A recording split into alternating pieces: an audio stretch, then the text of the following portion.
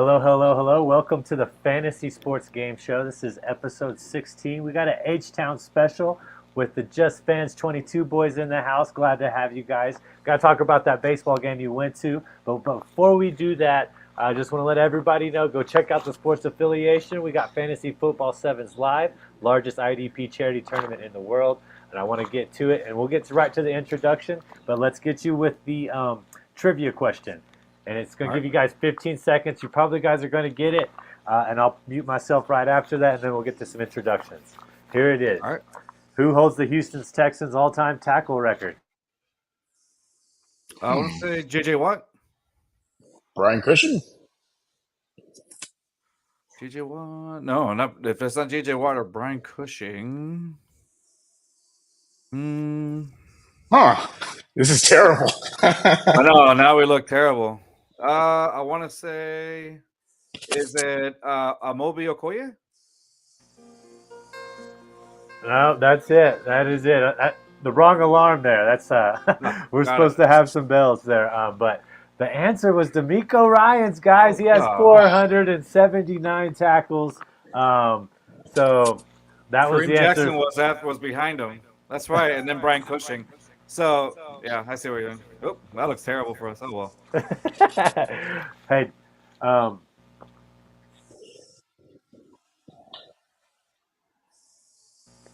don't feel too bad.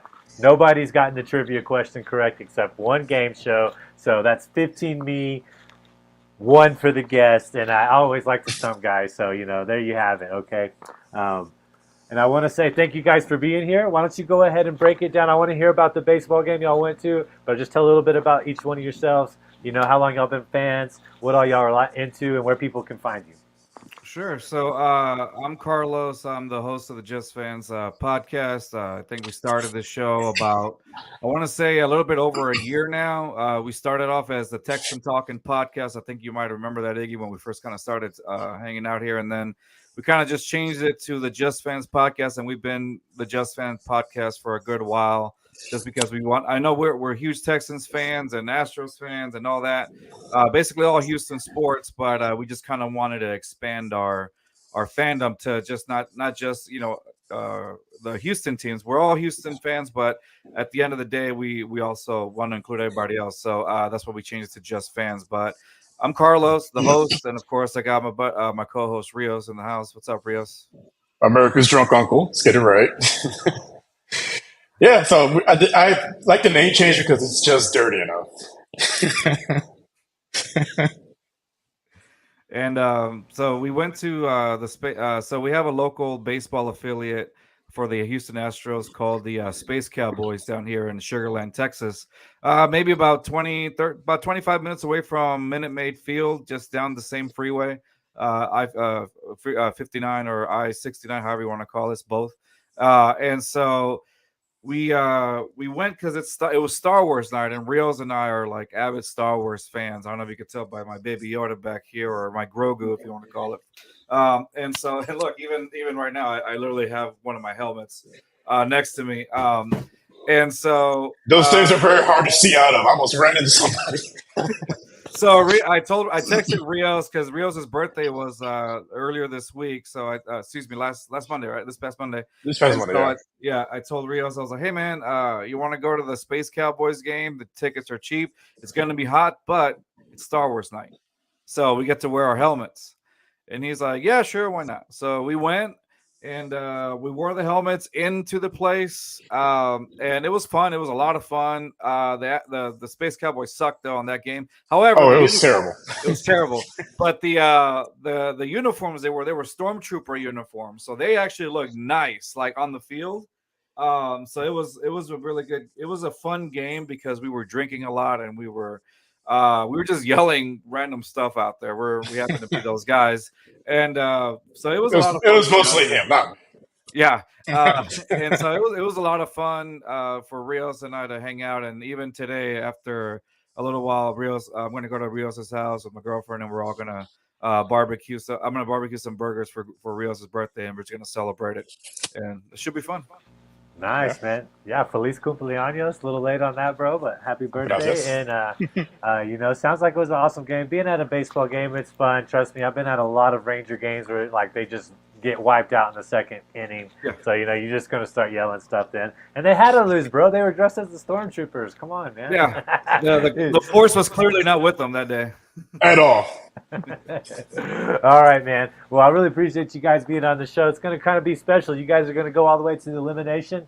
We'll tally up the score at the end, and we'll see who's going to get the win today, okay? So it's going to be a lot of fun. I couldn't believe y'all let me down with the D'Amico Ryans, but I'm 15-1. Shout out to Cubby out there, the only one that's been able to get one by me. So you guys know where to find them. Go follow them on their Twitters right there. Go follow their work. Doesn't have to be Houston. They talk a lot of AFC South too, honestly, just by proximity. So that's going to be some of the things we talk about. But here we go. First question for fantasy football. What round and which tight end are you targeting? We'll go first off with this one. We'll just go Carlos Torrios right here. So Carlos is going to give you 30 seconds, and it starts now. I'm going to say I'll take George Kittle probably around about the 5th. All right. Do you have a reason why you like Kittle? Oh, I like Kittle. I do like Kittle. He's been very consistent. I'm just a big fan of Kittle. I think he's on the verge to just being one of the top, tight ends there. I just like his style of play, his aggressiveness. I think he's great, and I think he'll make any quarterback look. Whoever the 49ers have, I think he'll make him look pretty good. All right. I like that. So, yeah, he's quarterback independent, as they would say. Real quick, JC said, happy birthday, Rios. My birthday's on Wednesday, so you guys getting pretty close birthdays together. So, all right, Rios. Which tight end do you like and why? And it starts now. Well, for me, as far as drafting, it's going to depend where I'm going to draft. If I'm like bottom of the first round, like say 9 or 10, I'm going Kelsey. The guy's, that's tight end one, and then just everybody else. If I'm not, if I'm not bottom of the first round, second round, easily Kelsey. I mean, that guy is just easily going to give you 20, 30 points a week. He's just matchup proof. One of the only tight ends, honestly, that's matchup proof. I love it, man. I love it. Yeah. You guys both like Kittle as well. He seems to be always there regardless, and it's like... No, I said Kelsey. I know. You said Kelsey at first, too. 9 or 10. I love it. I can't go wrong with it there. There's the bell. So I think I'll give, Carlos had the lob. He could have took Kelsey, but Rios took him. So I think I'm going to give the point there. Let me grab the board real quick. We'll get it going. And then, like I said, you can still comment if you're watching, just like JC did. You can put it in the comments, and then we'll get it up here for you guys, okay? So just comment if you're going. So first point, got to go to Rios right there. What do you guys think about Blake Jarwin? Let me get a couple thoughts on him real quick before we go to the next question. Is he going to help? Is he going to be effective with the Texans? Blake Jarwin. Honestly, it's funny. I don't even know what to think about that. Like, I think I honestly expect more from Schultz, really, than Blake Jarwin. I think just because Schultz is very QB friendly as well, and he can kind of protect as well. So I actually kind of like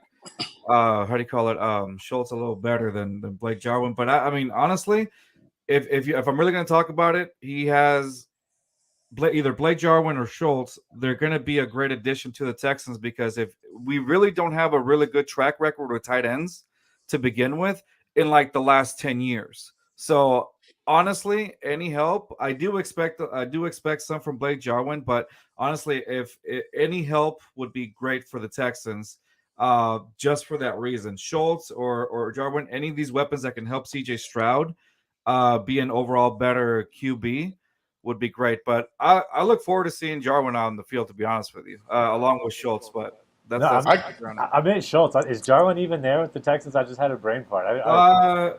Well, I was looking at it and I didn't really see much, but I was just kind of going along with you. So I was like, hey, maybe. No, I think it's the Cowboys, to be honest with you. I'm sorry. He's on the Cowboys. Yeah, I meant Schultz for sure because he was the tight end that went from the Cowboys. I just had a total brain fart in my head. No, way to roll with it. Go ahead, Rios. No, you're good. You're good.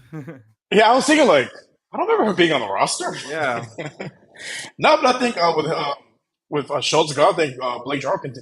I mean, that's going to be a lot of targets that'll go his way at this point.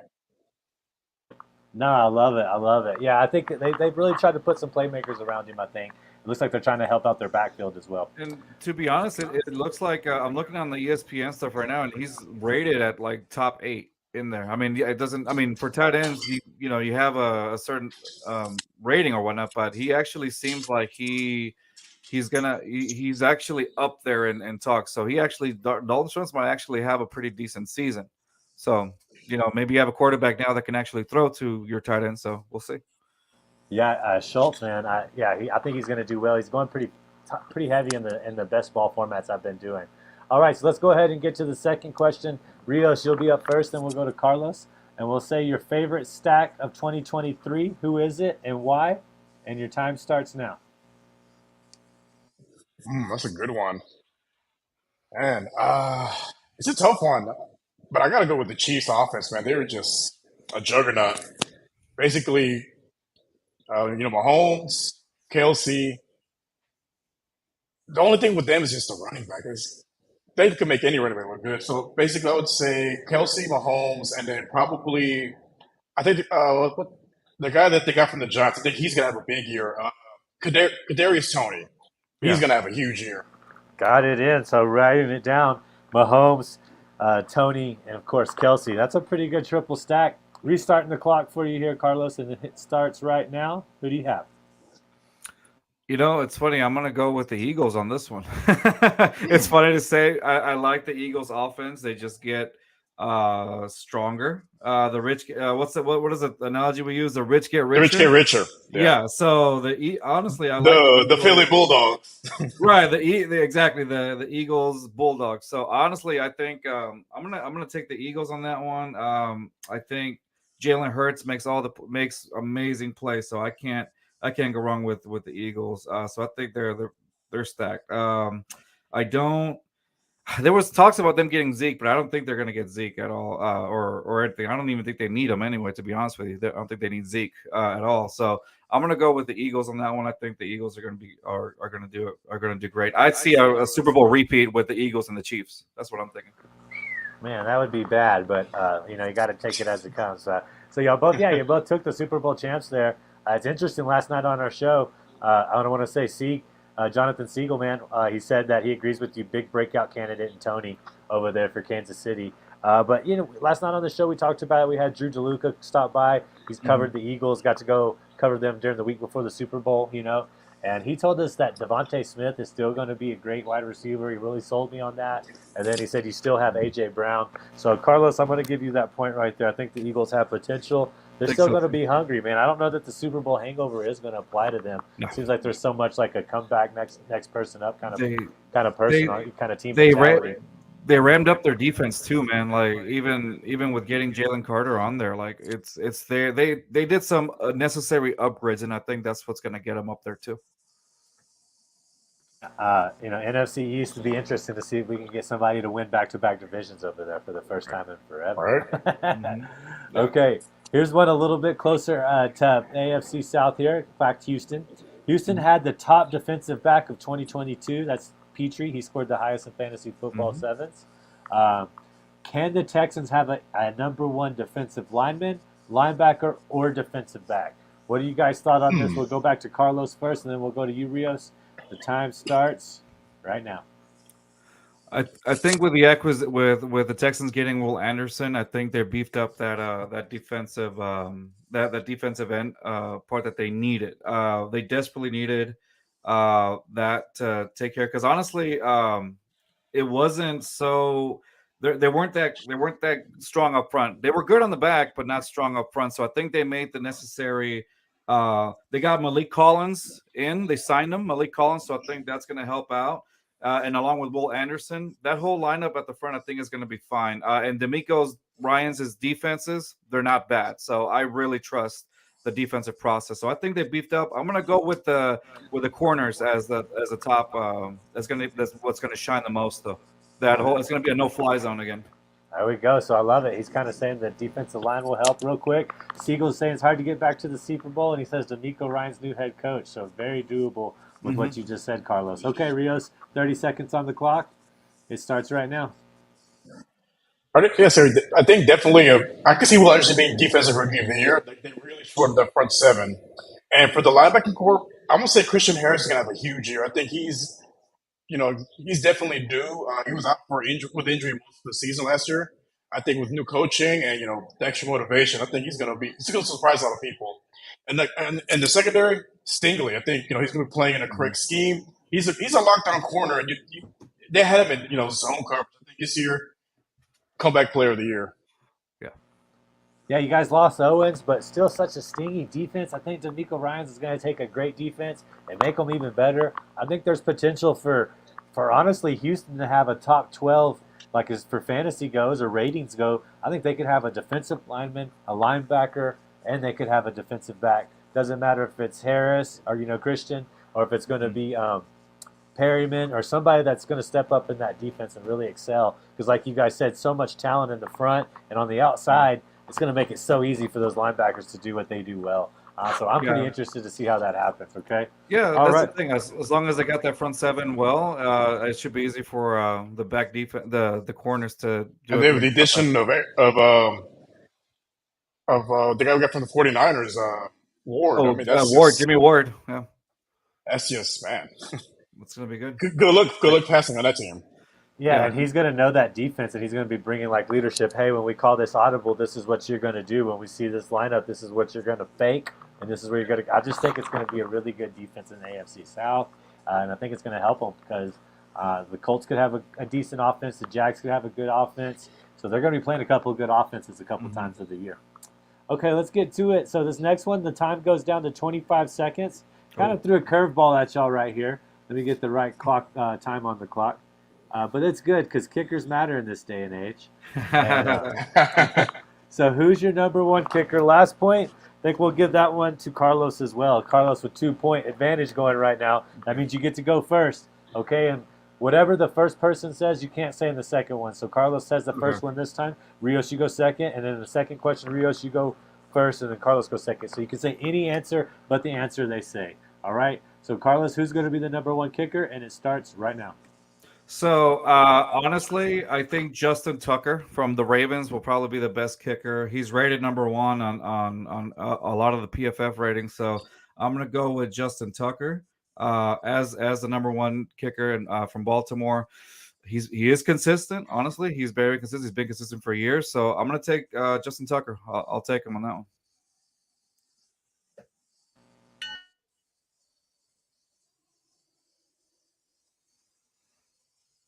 I think you're on mute, Diggy. I'm sorry. There we go. Got it in right before the bell. I'm not sure if you heard it. So, Rios, you have to take somebody not named Justin Tucker, and it starts now. Well, you got an easy one, Carlos. Yeah. Man, you know what? I'm going to go with one to surprise a lot of people. From the Texans, Kyrie Fairbairn. I think this team's going to score a lot more points. They're going to move the ball more efficiently, and he's going to have more opportunities. And inside the 50 yards, he's one of the most accurate kickers in the NFL. And I think with CJ as quarterback and Pierce healthy all year, more opportunities to score. There we go. I love it. Giving us a surprise there, Tucker. It's the easy, low-hanging fruit. Fairbairn, defensive-minded coach, so I think Ryans will kick more, than other coaches. I'm going to give Rios there just for giving me the curveball right there. I wasn't expecting it. JC says Carlson. I love Daniel Carlson. Rios sucks.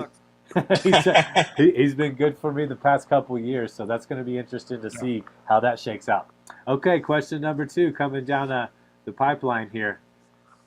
I got the points from Fantasy Football Sevens. There were 3 tight ends that were close to each other. Tyler Higbee, Juwan Johnson each had 119 points, and Pat Fryermuth had 118. Which of those 3 is going to make the bigger jump this year, and why? Once again, you get 25 seconds. It starts now, and Rios, you're up first. I'm going to go with Fryermuth.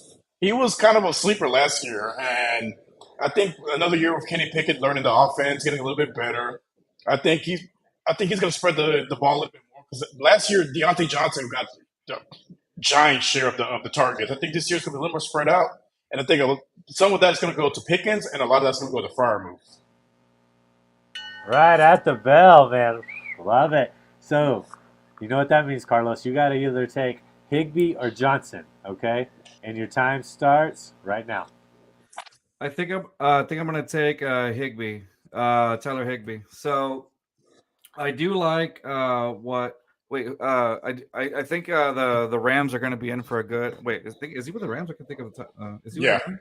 Yeah. he is. So yeah, Tyler Higby. So honestly, the Rams might have an actual pretty decent offense this year, and I think they're going to use him a lot in it. So I'm going to go with Tyler Higby on that one. And like you said, he was coming up pretty decently, and he has some good ratings on him. So Tyler Higby. Yeah, I took him in our mock draft last night with the Scott Fishbowl mock there. So I love Higbee. But the truth is, I think Pat Freiermuth is set for a big year. Rios kind of explained it over there with Pickett coming around. Pittsburgh kind of getting better. You got a Mike Tomlin over there. You can't argue against that any way, shape, or form. So I'm going to give another point to Rios here. Rios is counter punching now. He's got the lead 3-2. One question left on here. Let's look at what some of the other people are saying. JC said Jason Myers, McPherson also great kickers. Had Higbee last season up to week 9. So Siegs loves Higbee too. That was kind of a hard one. I believe in Johnson too. I've been targeting him, but he's starting to move up the draft board. So we got to watch that. Okay. All right. Third question was a mystery right here. Okay. How many teams in the AFC South make the playoffs this year and why? Carlos, you're up first. You got to get this one to make it go to overtime. Otherwise, Rios wins it. The clock is on you, and it starts now. Honestly, it's the whole AFC has a plethora of quarterbacks right now. They are stacked. I see obviously the Chiefs. I honestly I could see the Bills making it. I could see the Jaguars. I could see how do you call it? I'm gonna say Cleveland, surprisingly. And I'm gonna take ooh. I'm gonna take those are the things I can think of off the top of my head. So you're saying only one team from the AFC South, correct? That's what you're saying? Yeah, because I don't think anybody else in the AFC South can do it. Even our team, we might be close, but I doubt it. Not even I don't think we can get into the wild card either. So I'm gonna say with one team. So Rios, what that means is you have to defend. You could say 2, 3, or 4, but you can't say 1. Okay, and it starts right now. So I'd argue too. I'd see the Jaguars and the Texans making it. I see both of those guys winning 10 games, 10, 11, making to the playoffs. Me personally, I have the Texans winning the division. The Jaguars will probably be 10 wins, double-digit wins. I think a lot of teams at AFC, they're going to have down years. Like there'll be some surprise misses for the playoffs. So I can see 2 teams from the AFC South making it. All right, so saying 2 teams, saying me the Texans and the Jags, getting it in with plenty of time. But Carlos, I think you saved yourself there. We got a tie. I got a sudden death question coming, and you kind of segued into it, Rio. So Carlos had the advantage coming into the elimination round. He gets the first answer. You get the second answer, Rios. You have to take the different answer of Carlos. Carlos, I have it written down right here. Will the Texans finish better than 8-9? The time is on you, and it starts right now. I think the Texans will actually stay at 8-9. I don't think that they go any further than 8-9. There are going to be some games that the Texans will win that they're not supposed to win, and there's going to be some games that the Texans are going to lose. They're like, oh, come on, you should have won that. So I think 8-9 is actually the perfect number for the Texans. Technically, I had them a few weeks ago. I had them lower. I had them like 7 and 10. So, but I'm going to go with 8-9. I think 8-9 is more feasible. I think that's more a realistic number because I gain confidence and I lose a little confidence. So it's back and forth. So 8-9. Oh, he took 8-9 exactly, Rios. You can take either end of this. This is for the match. Who's going to win? The time starts right now. I'm going to say better. I'm going to say 10-7. I think they lost a lot of one-score games that they should have won if they had a competent quarterback. They have one now. They have better coaching, better talent all over the roster. They're going to be healthy this year. 10-7 easily. 10-7 with time to spare. Confidence is the key. Rios is all about it. 10-7 in the playoffs for the Houston Texans. I just don't see it. I think they're going 8-9 as well. That's why I pinned the question there to see who would get it. I'm sorry, my friend, but Carlos, the floor is yours, and it starts now. Wait, what did you want me to say? I'm sorry on this one. The floor is yours. You get to say whatever you want. Doesn't even have to be sports Got related. it. Okay. Rio sucks. I knew that I was going to beat him. He's a terrible co-host. He shouldn't have never been on our show. He is awful, and he smells like gasoline. So I win. Eat it, Rios.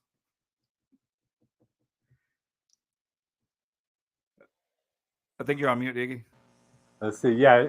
I mean, I wasn't prepared for that, but you got to love the brotherly love right there. Rios, you do get to respond to that. Anything you'd like to say? Well, Carlos is the worst human being I've ever met in my life. My life has been worse for knowing him. If I smell like gasoline, he smells like cat urine just sitting in the Houston summer. And I hope all the bad things in life happen to him and him alone. Hate. Hate. I love it right there. I love it. Well, hey, Carlos, you won that one. I wasn't expecting the 8 or 9 answer because, I was trying to get y'all to pin it right there. I had it on the back of my mind in case we went to a tie. And what you guys did. You guys got a lot of great answers there. JC sitting in the guest, and he's dead. He's over here laughing about you guys clowning on each other.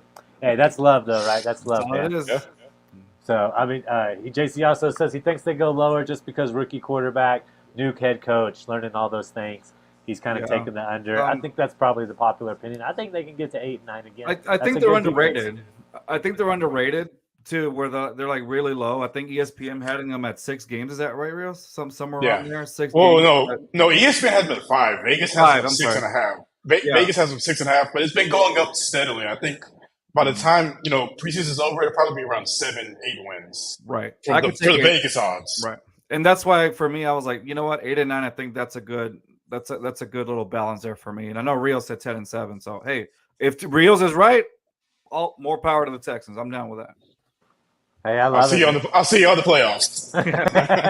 Hey, thank y'all for being on again. Go ahead and plug y'all stuff one more time. I know y'all are going to barbecue. We'll get out of here real quick. Y'all plug y'all's, and then we'll plug the sports affiliation. We'll bounce.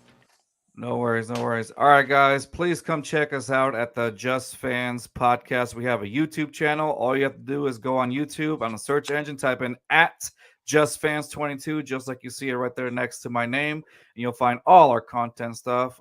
Monday, we're going to have tomorrow. We're actually going to have Sports Radio 610 producer Tyler Milner on here locally in Houston. It's going to be a fun one, and so come check us out. We do it all. Baseball, football. We started our wrestling shows on Wednesdays now also. So come check us out if that's your thing. Beer of the week. And beer of the week with Rios. You can't miss that. Rios every Monday, Rios has a beer of the week for him.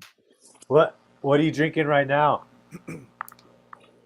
Right now I'm drinking Hofbrau's original lager. It's pretty good. It's a German beer from the motherland. Well, I'll tell you this. You made me thirsty. I think I'm going to get out and enjoy some of the sun. Before we do that, hey, I want you guys in my fantasy charity league, guys. I want y'all to represent.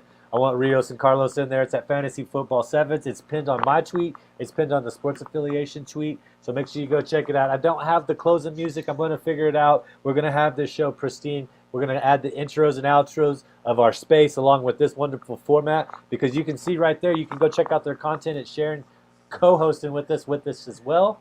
And I really want to say one more time, guys, thank y'all for being here with us. I really appreciate it. And I hope y'all have a wonderful weekend. Stay hydrated out there. A little water between a beer or two here and there never hurt. All right. There's water in beer. Hey, yeah, that's true.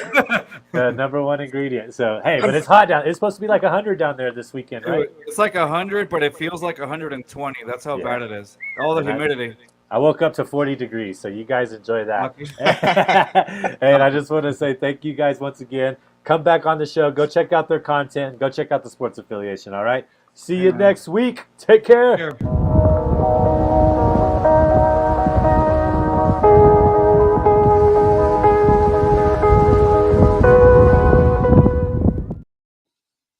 Oh, thanks, Ig. That was fun. I think you're still alive, Ig. Yeah.